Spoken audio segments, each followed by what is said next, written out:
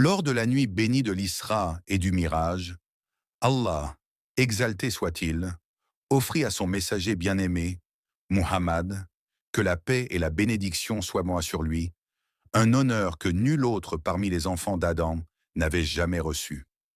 En un instant, il fut transporté de la mosquée sacrée de la Mecque à la mosquée lointaine d'Al-Qud.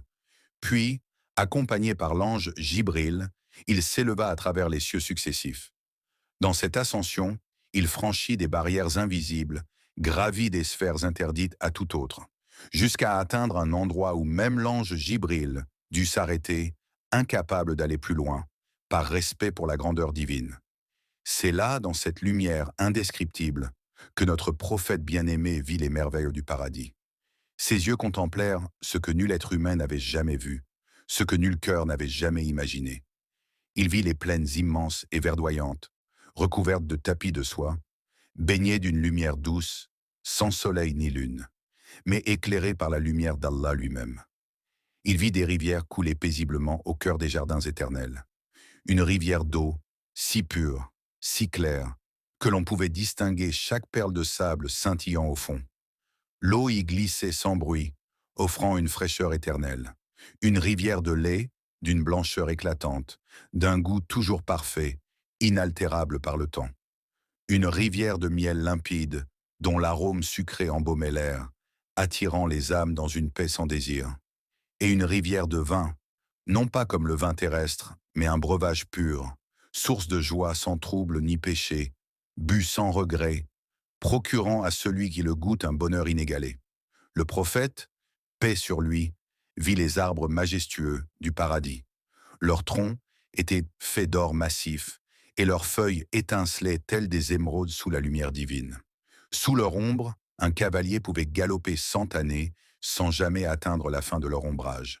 Leurs fruits, d'une variété infinie, descendaient doucement au-devant des croyants, obéissant au simple désir du cœur, offrant des saveurs inconnues de ce monde.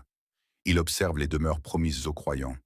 Il vit des palais immenses, construits de briques d'or et d'argent, ornés de perles, de rubis et de pierres précieuses que même l'imagination la plus fertile ne pourrait rêver. Chaque palais était unique, façonné selon la foi et les œuvres de son propriétaire. Il vit des tentes de perles, dont chacune pouvait abriter des milliers de personnes, baignées dans une lumière douce et sereine. Notre bien-aimé vit aussi les jardins fleuris, dont les parfums subtils remplissaient les cœurs de douceur.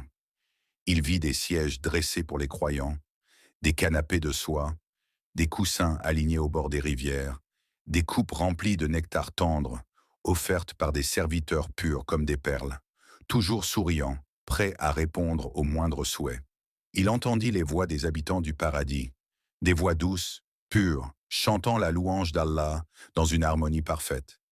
Chaque mot, chaque son remplissait l'âme d'une paix profonde, effaçant jusqu'au souvenir du chagrin ou de la peine. Il vit qu'au paradis, il n'y a ni jalousie, ni rancune, ni haine. Les cœurs sont lavés de toute impureté. Seul l'amour, la fraternité et la lumière habitent les âmes. Il marcha sur les marchés du paradis, ouverts chaque vendredi. Là, les croyants recevaient des cadeaux qu'aucun œil n'a vus, qu'aucune oreille n'a entendu, qu'aucun cœur n'a pu concevoir. Ils ressortaient plus beaux encore qu'ils n'étaient venus. Leurs visages brillaient d'une lumière nouvelle. Leurs parfums surpassaient toutes les senteurs terrestres. Et tout ceci sans fatigue, sans douleur, sans faim. Il vit les oiseaux du paradis, immenses et majestueux. Leurs plumes brillaient de 1000 couleurs, et leur chair était offerte aux croyants dans des festins éternels. Mais dans ce monde, manger ne provoque ni lourdeur, ni besoin, seulement un plaisir pur et renouvelé. Il réalisa que dans le paradis, tout désir exprimé se manifeste aussitôt. Aucune attente, aucun obstacle. Celui qui désire se retrouver auprès de ses proches est exaucé. Celui qui souhaite gravir des montagnes de lumière ou se promener dans des jardins suspendus le peut instantanément. Chaque vœu est entendu, chaque envie est satisfaite dans une perfection que nul mot terrestre ne saurait capturer.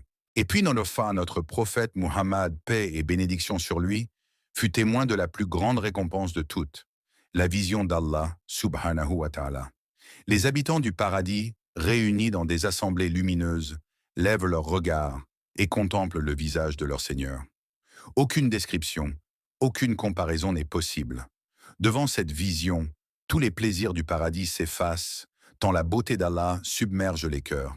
C'est une joie pure, absolue, éternelle. Aucune fatigue, aucune tristesse, aucune peur n'existe plus après cela. C'est l'ultime apaisement, la promesse suprême, la source de toute félicité.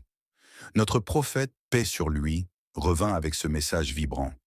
Le paradis est vérité, le paradis est réalité. Ce n'est pas une fable, ce n'est pas une légende, c'est la promesse d'Allah, et sa promesse est vérité. Le paradis est réservé aux croyants sincères, à ceux qui préservent leur foi, qui patientent face aux épreuves, qui donnent en secret et en public, qui prient avec humilité, qui aiment Allah plus que tout. Ô Allah, par ta miséricorde, fais-nous entrer dans ton paradis sans compte ni châtiment. Pardonne nos péchés, apaise nos craintes, lave nos cœurs. Réunis-nous avec notre prophète Muhammad, paix et salut sur lui, dans les jardins de l'éternité. Accorde-nous la joie suprême de te voir, toi, notre Créateur, notre Seigneur, notre bien-aimé. Ne nous prive pas de cette lumière. Ne détourne pas nos cœurs après les avoir guidés. À toi appartiennent la grandeur et la majesté. Gloire à toi, ô notre Seigneur. Nous espérons en toi et nous te redoutons. Compte-nous parmi les habitants du Firdaus auprès des prophètes, des véridiques, des martyrs et des pieux. Ô Allah, accepte notre prière. Amin.